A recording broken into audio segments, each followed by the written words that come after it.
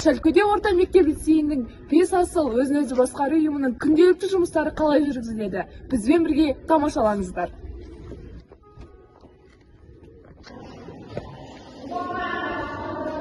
Мен бес асыл ұйымының ақпарат фракциясының жетекшісімін. Мен осы ұйымның арқасында өзімнің сүйікті ісімен айналыса бастап, қоғам өміріне белсенді атсалыстым. Менің осы ұйымға деген алғысым өте шексіз.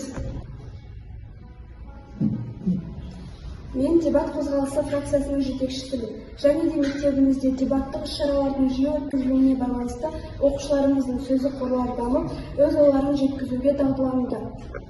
Мектепте өзін-өзі басқару ұйымының ұйымдастыруымен түрлі қайырымдылық жәрмеңкелері және кинотайм секілді іс-шаралар өткізілді.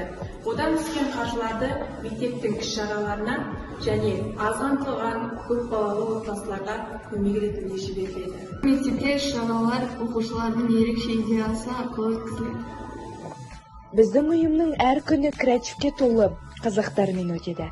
Бұл орта ерекше орта. Әркімнің ойы құнды саналатын орта. Бес асыл өзін-өзі басқару ұйымының басты мақсаты оқушылардың көшбасшылық қабілетін шыңдау ғана емес, сонымен қатар оқушының әр күнін табысты және позитивті өткізу секілді.